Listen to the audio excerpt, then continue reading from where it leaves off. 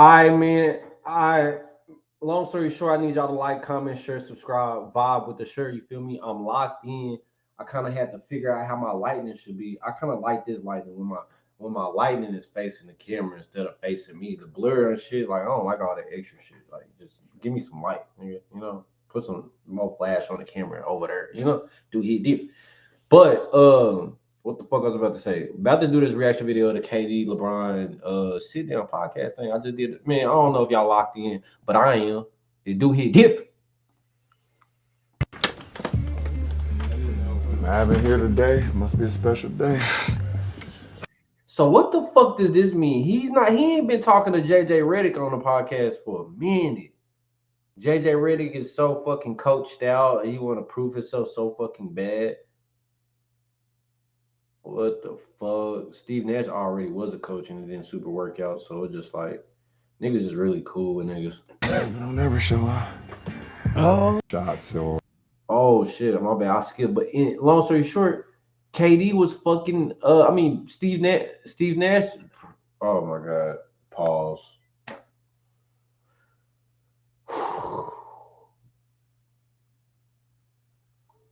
Long story short, bro. Nash was the coach for Kevin Durant. man, pick up in one session per season.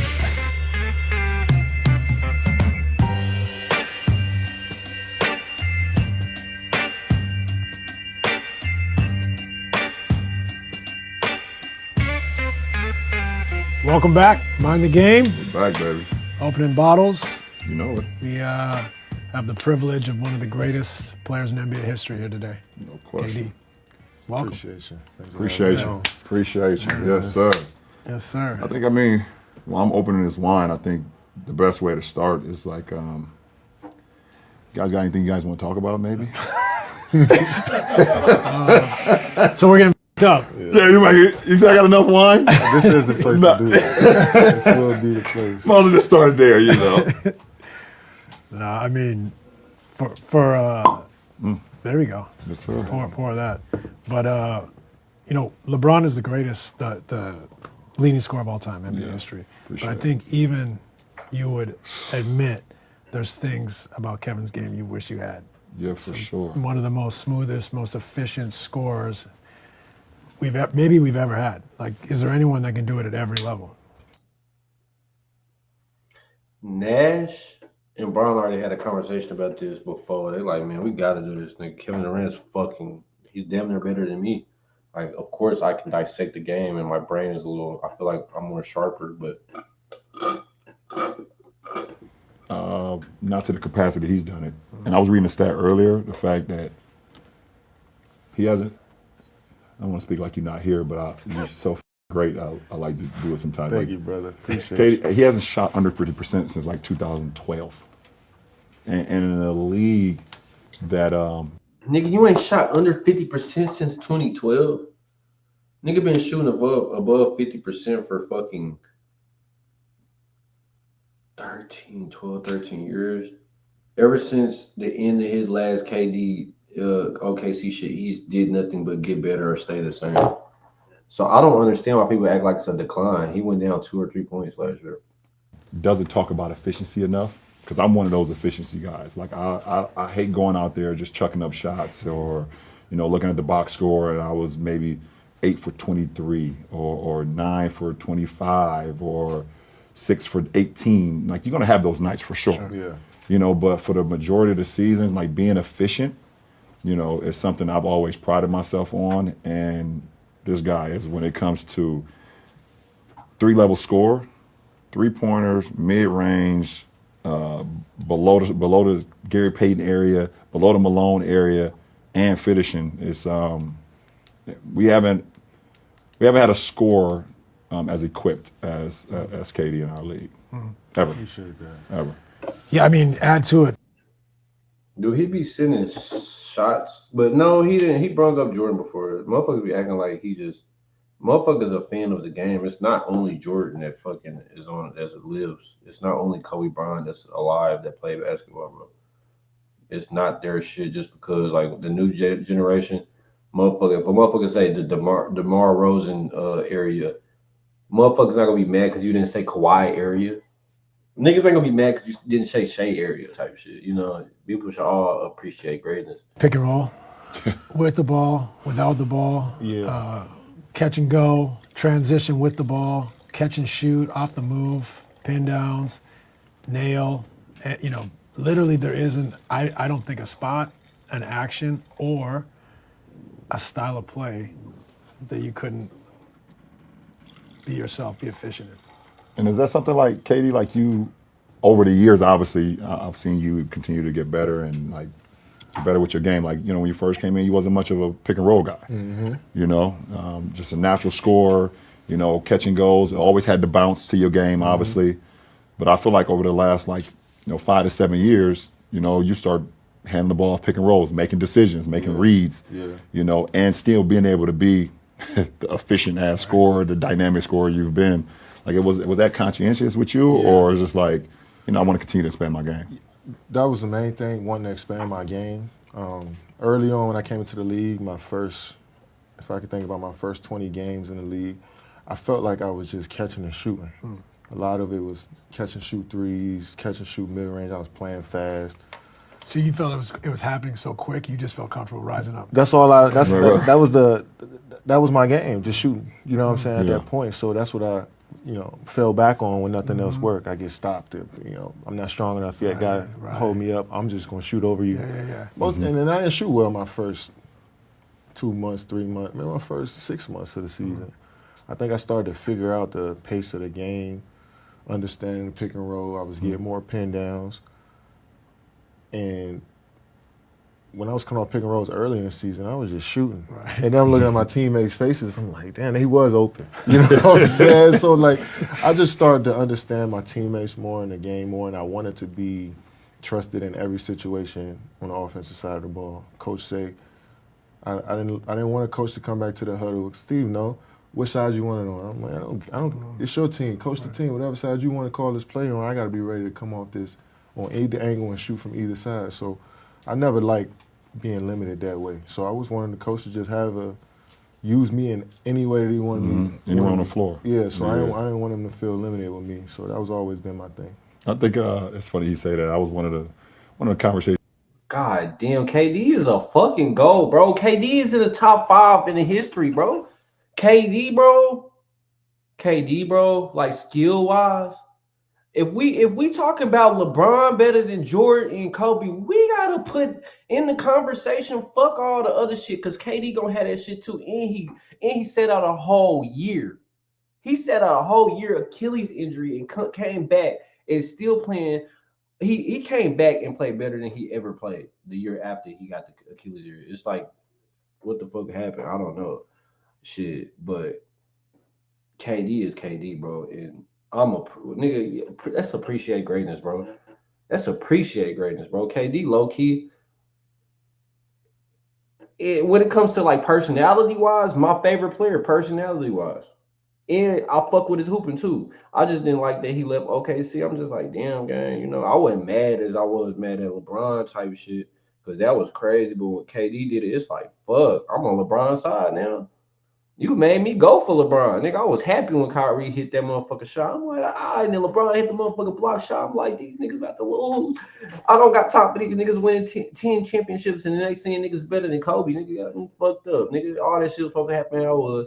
Everybody stuck with 3-4 chips. We had previously about coming to the sideline and a coach is afraid to flip the play. Because he know that certain guys can't run it on the opposite side. Right. And I attest to that. Like that's, and you can get in practice too. Like we can run the same play over and over and over. And if the coach say, okay, let's run it from the left side, we've been running from the right side. Three dudes are lost. Three guys like, what are we doing? What are we doing? Then the main. Cheers. Oh, absolutely. Appreciate you. And then it's like, as the best player or the most efficient scorer or who got the best matchup, whoever you call him to play for, it's just like when coach says, oh, we can't do this because he not strong going left or he can't go right. That just always did something to me. And it was tough for me to go left sometimes and pull up for the jump shot, especially early on my first few years. And Kobe said that it was easy to guard him his first couple years, but after that he couldn't figure him out because now he can go left. KD going left, a 6, like it's basically my 2K character, 6'11", like exactly 6'11". Like niggas say he's 7 foot sometimes, niggas say he's 6'10" sometimes. Like you don't know what he is. I think I started to understand the footwork, the balance, what it takes to shoot going right from inside the paint, free throw line extended, college 3, NBA 3. You know, so and that's why. And that small detail is the reason I think my game is, rounded. You prefer going left. Now I do. But you started going right. Yeah. But this is actually, that's interesting to me, right? Because it bothered you that you had one side that was weaker than the other. But statistically, he preferred, and prolific going left. But actually, statistically, as good or better going right. Yeah. Now, sometimes that's because people know you want to go left. Yeah, exactly. But it also proves, like, it's just a habit to go left. You just prefer, I used to play that way too. I play out of a hezzy to the left. I could still do it to the right, but I was just comfortable. Do you feel like you got more leverage in your body going left for some reason? It's Why like, this is a weird one to say, but like when I was in the 10th grade, I sprained my left ankle. As a right-handed player, left-handed jumper, I didn't want to stop playing, so I played limping around for 6 months. That ankle's never quite been the same. So I think like pushing off my right became my de facto thing. That makes sense. And so I could do the rhythm going to the right, but to take it one step farther about me, but when I went to Phoenix in 2004, that summer I was like, I can't play this way anymore where I just go all the way left and pull up right. And it bothered me. So I spent that summer saying like, I have to figure this movement pattern out, like left hard pull up. And it took a summer of like every day trying to get the footwork, the balance, the stability. That sounds like you kind of did that early in your career. Yeah, I mean, it's crazy you said that because when I got to Golden State and we started working out more, you told me that. And it's always stuck in my mind that like, the defense knows if you're going left, most of the time you're going all the way to the cup. So that 1-2 dribble pull up going left has been a staple for me, but it's more so about the pickup of the ball. You know what I'm saying? Going left. Like sometimes I try to pick the ball up right here like my normal shot. They swiping that down. Right. Instead of we did this a lot too. I started, changing my pickups and I'm shooting the ball this way now. So a lot of that stuff is just adjustments to how physical the defense was and changing the jump shot because of the defense. But I mean, in a way, everybody do. Like everybody not shooting the exact same. Like nigga, I don't know, cause I don't know what my jumper look like. That motherfucker. I get on the court. I might want to shoot like that. I might want to shoot like that. I might want to, I might want to step back and have like a more wide shot. Or I might want to just boom. Some quick. I don't know.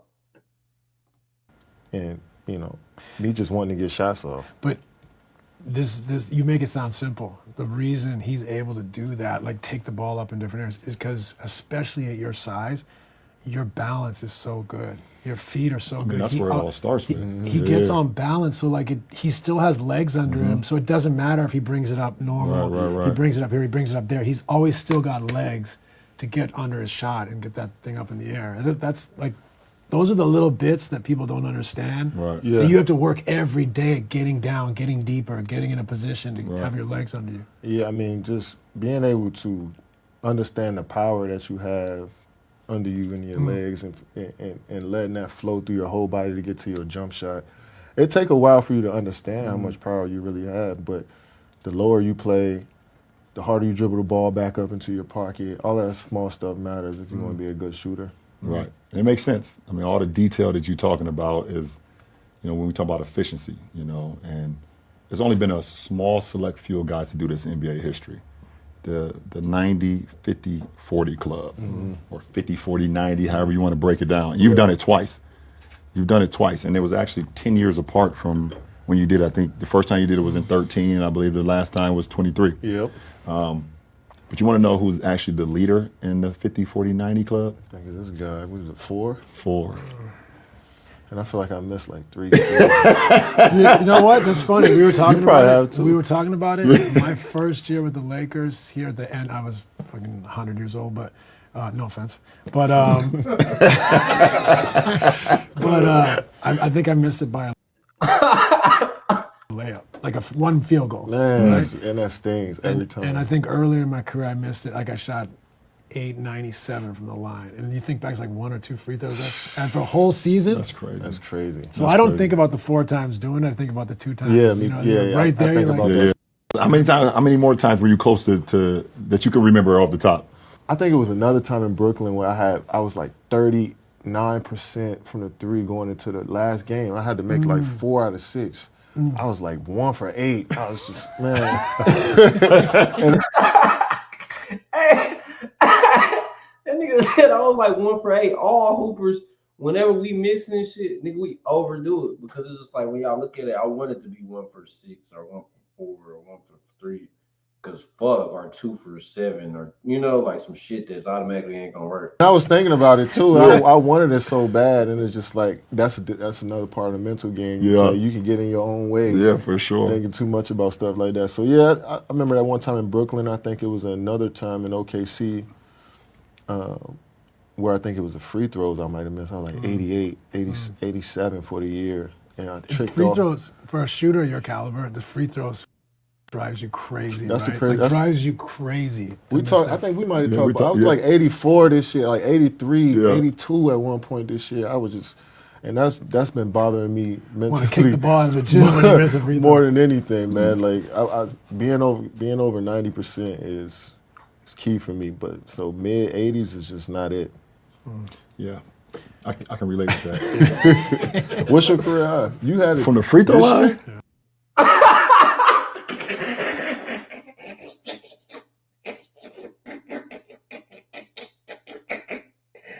Hey, bro, what the fuck, nigga? I know for a fact Katie ain't just do that.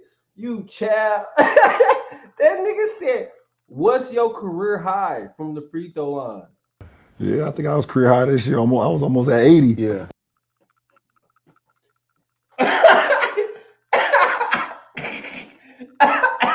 He said almost 80. And these niggas mad that they ain't getting 90. I was like 79? 79.6 or something. I'm rounding my off. 80. But the 3 ball was at what? My career high for my 3 was 41, I think, last year. I think last year I was You in the definitely 40s. second half of your career, your 3 balls. Yeah. Yeah, man. The guy Just was being talking- more like efficient. Just being more efficient with it too. Like, I think your midi too this year stood out even more. I feel like you always hit it, but I think you went to it more this year, and you shot it from deeper this year. Yeah. You think so? Yeah, I think so. But it's something I still, to be honest, it's something that I haven't been able to master in my career. I work on it.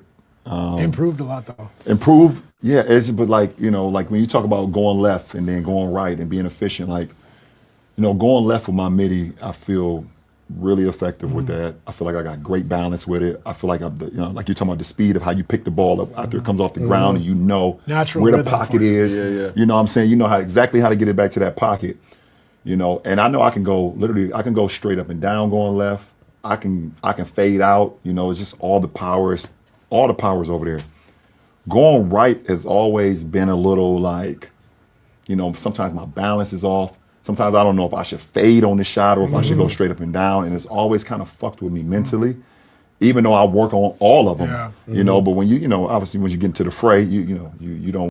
I ain't gonna say I play like Bron, but I know what you're saying, Bron, because when you go left, it's way more comfortable. And that's why he always do that little hand look, because he like, it's already, you already got, that's the left hand.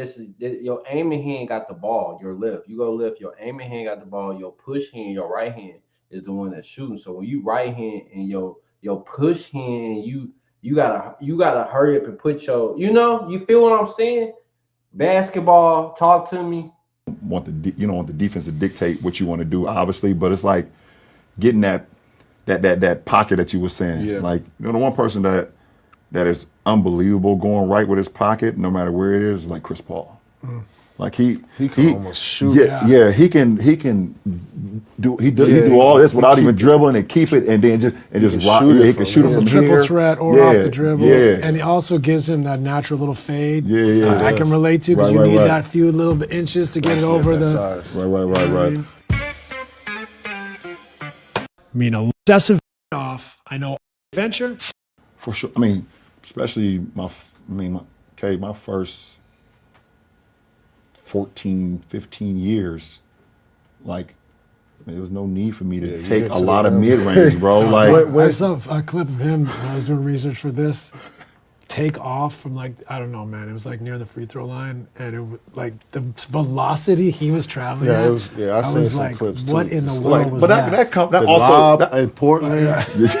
That also comes from like my little league coach too. Like my little league coach and high school coach, they always talk about, don't settle. Yeah. Like stop settling. Like, and then you get people in the crowd who obviously don't know basketball like we know basketball, and they tell you to dunk everything. Dunk everything. Get to the hole, dunk everything. By the way, it's people in NBA crowds that do that still.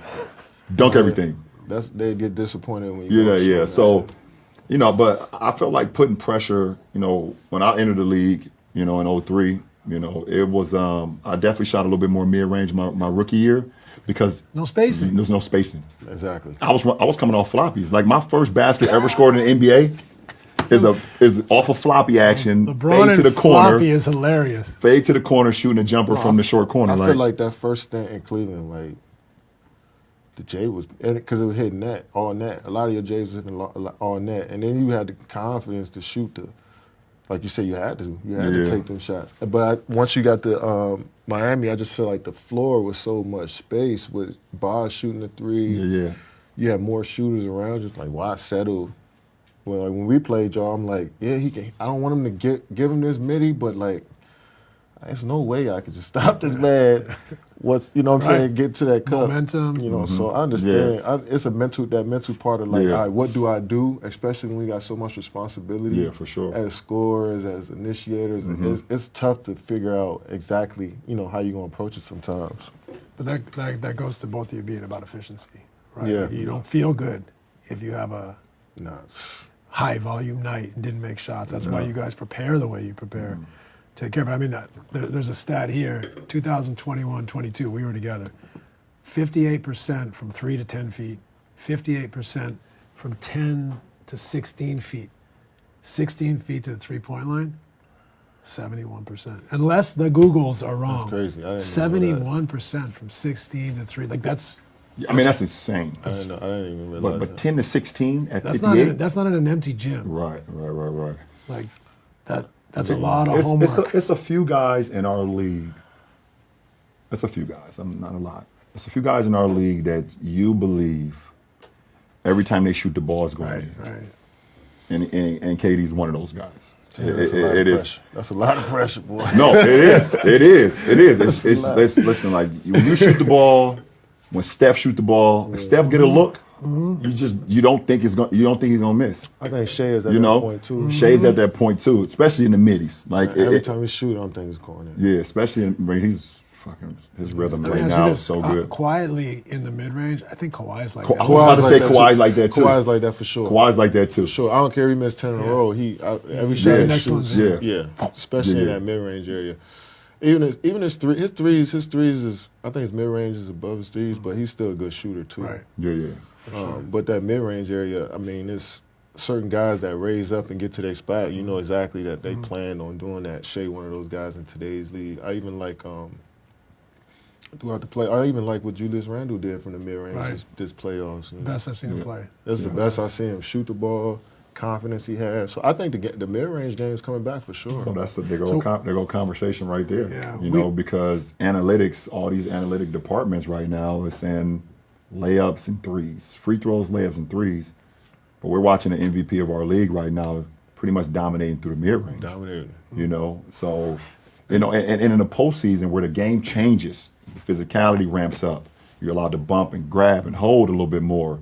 Like ultimately, it's like get to the spot, get to your spot, and get a bucket. You don't have time to be thinking about, okay, well, if I don't shoot this three, the analytic department coming downstairs the next day saying, okay, well, we took too many twos. Like, this is win or die, Again, I understand, and I understand the balance between having to get up a lot of threes, but I believe you can't tell you, Luka, or Austin Reeves, don't play your game and take those shots in the mid-range, or just be you. Certain guys, though, No, for sure. you know what I'm saying, who need to for sure. rely Need to be a on the police a system little of bit. the team, who can't create on their own, who can't create those shots on their own. They need to shoot more threes. So I remember we was in a game against Cleveland, and George's Niang, he liked to talk a lot of shit. I love George's, but he talked a lot of shit. And he telling me, like, I hit a couple mid-ranges in a row. We down like 15. Like, you need to shoot more threes. I said, no, these dudes around me need to shoot more threes. I need to play my game. Right. You know what I'm saying? Because if I get into this paint, and because y'all gonna collapse on this mid-range and I kick out to one of them, I'm expecting them to shoot the three, not dribble into a mid-range. Like, that don't make no sense. Right. But the best players on the team, you can't turn them into robots. You're exactly right. So we did a whole episode on this. The mid-range has never been more important. It's just, it has to come from the right dudes. Right? Exactly. Like the court is spaced now by the role players. Exactly. What do you think they're trying to take away? Threes and layups. So the Threes and star layups. has to be able to make mid-range shots, or else the team's not going to be able to score in a playoff situation. That's simple. They have to be able to loosen the defense takes with there. So I think the analytics community would agree with that too. Yeah, they would. It's really just, we don't want players X, Y, and Z taking a coming bunch down, of mid-range. because the mid-range, I believe, is if you can't find a good shot, we should look for the good shots early, the threes. Attack the paint. Attack the paint, try to get layups, try to get threes. But when it's 5 to 6 seconds on the clock, get a ball to the best player. And if he shoot a mid-range at that point, then he shoot a mid-range. But we're not going to waste the clock trying to look for a 3, 2 seconds on the clock, and we giving it to no Why are you pointing at disrespect, me? Dorian Finney-Smith with 2 seconds on the clock to make a 3. That's not what we or Royce O'Neal. Yeah. That's not.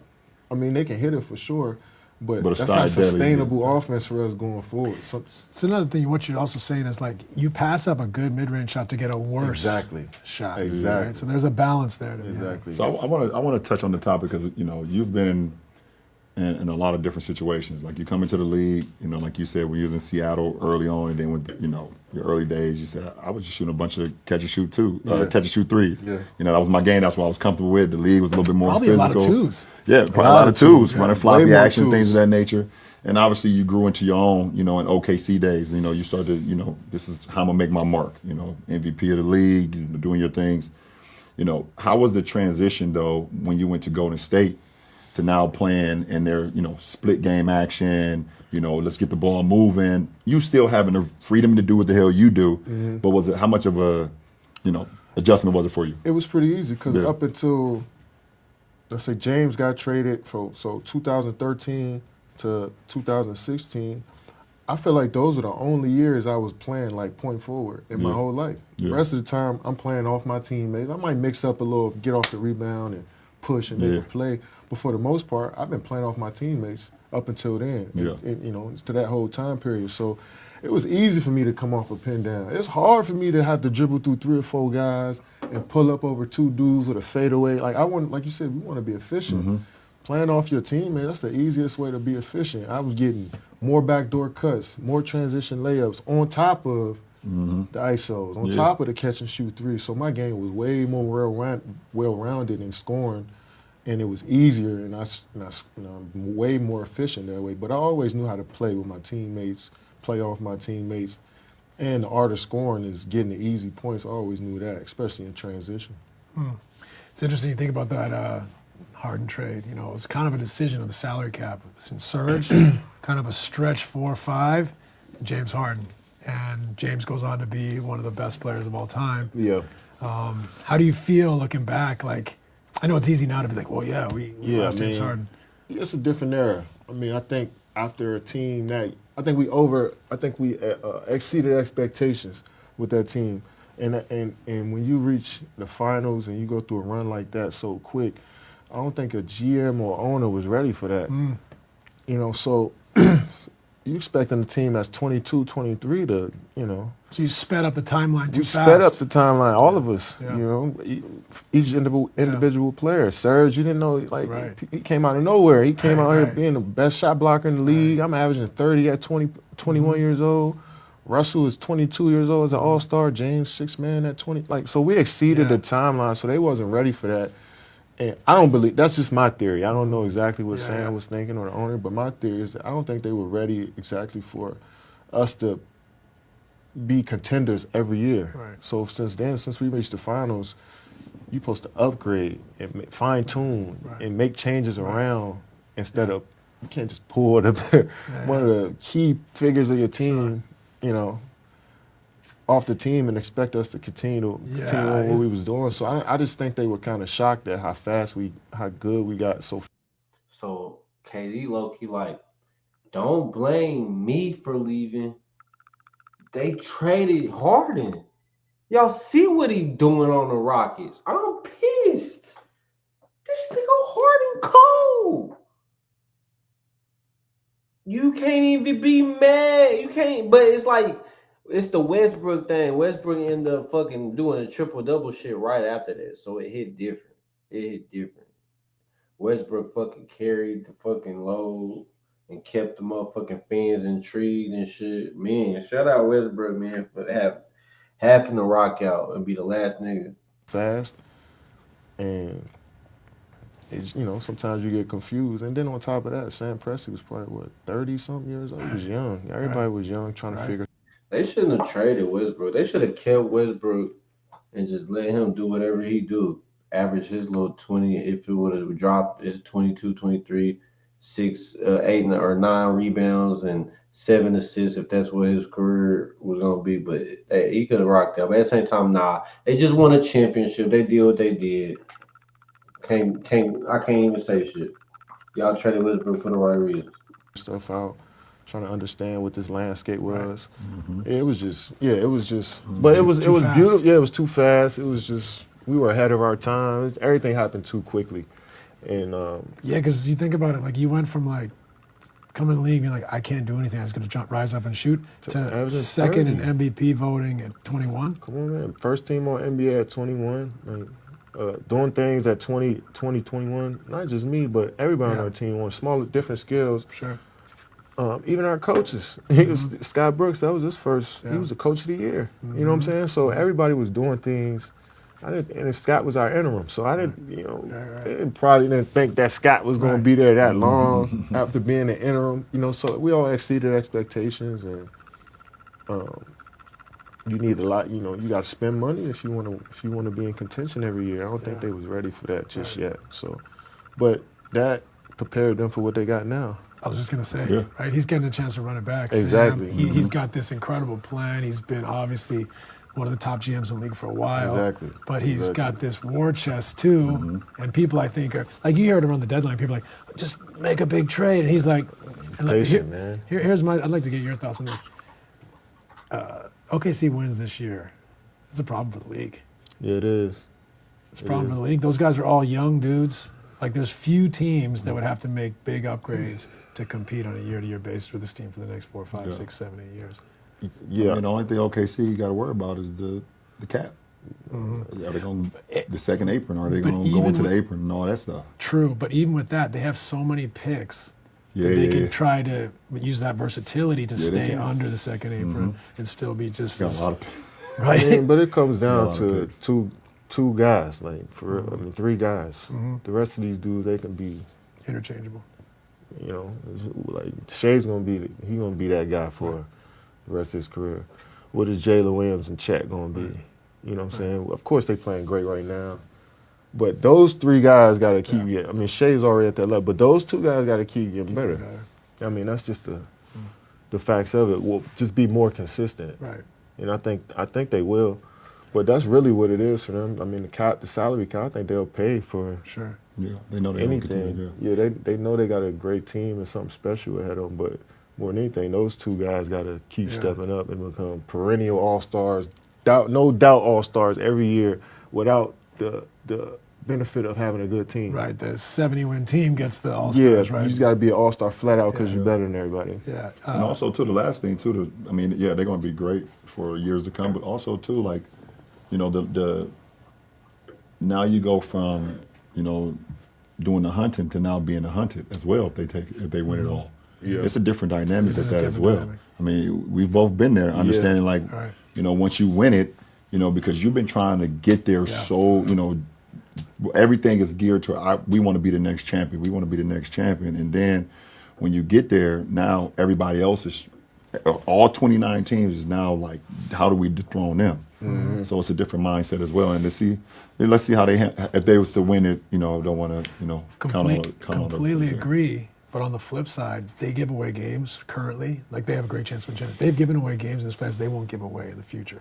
I don't think. No, I think they're going to continue to hunt everybody. I mean, that's what their identity has been. Yeah, you think that's their landscape? That's what their identity Pack has of been dogs. since, you know, this has been cultivating since Shea got traded there for PG. All them dudes been there. Dort, I mean, Jalen Williams came a couple years after that, but he been there. Yeah. You know what I'm saying? So those guys got a solid core of dudes, and their foundation comes from That Caruso. we coming Hartenstein, after though. y'all. So, you know, and I like their coach's mentality. He don't say, He be over there chilling. he don't say nothing. No, he just He be over there he's chilling. a stoic individual. Yeah. I just think they got a beautiful thing going, and I think that what we created early on in OKC has just prepared everybody in OKC for what this is like. You know what I'm saying? We've all learned from Handle that it the situation. second time around. Yeah, it's just, and you know, it's been 9-10 years almost. So they've been through different iterations of the Thunder, Melo, CP. Russ, Yeah. PG, then you got CP. You know, so they've been through different iterations with great players. So and they understand developing a great player from a 19-year-old into Choose being an picking them, MVP, drafting them, or trading for him. developing. So they done been through everything. Being even though we were the Seattle Sonics, we were expansion franchise. So you know, they understand everything from building up from the ground up to where they are now. So I mean, we all could see this coming with this team. Yeah. Amazing squad.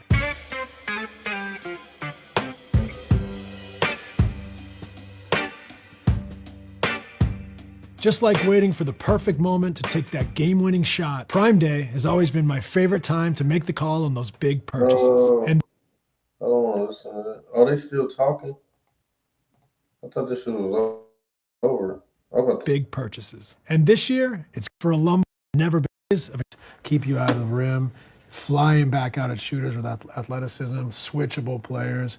You know, on the other hand, you have Indiana who plays like this beautiful chaos where from the free throw line up, there's blur screens, there's pitches, guard to guard pitches, there's flares while an action's going 20.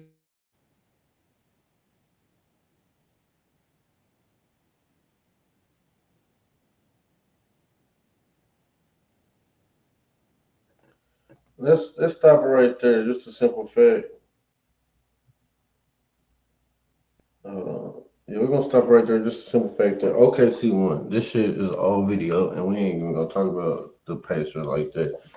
The champions is OKC. I wasn't going super just, oh my God, going for it. I'm a Mavs / Lakers fan. You know, it is what it is. But I'm from Tulsa, Oklahoma, meaning that. Shout out OKC, niggas bringing light to the town, nigga. Shout out Shea, nigga. Shout out Jalen Williams. Shout out Chet. Shout out Caruso. Shout out motherfucking all the bench players, nigga. I'm locked in, nigga. Like, comment, share, subscribe, vibe. Come on, nigga. No, I'm playing. But I'm mad as fuck. That dude hit different. I had to clock in and do reaction videos so I can get my damn YouTube check. Subscribe.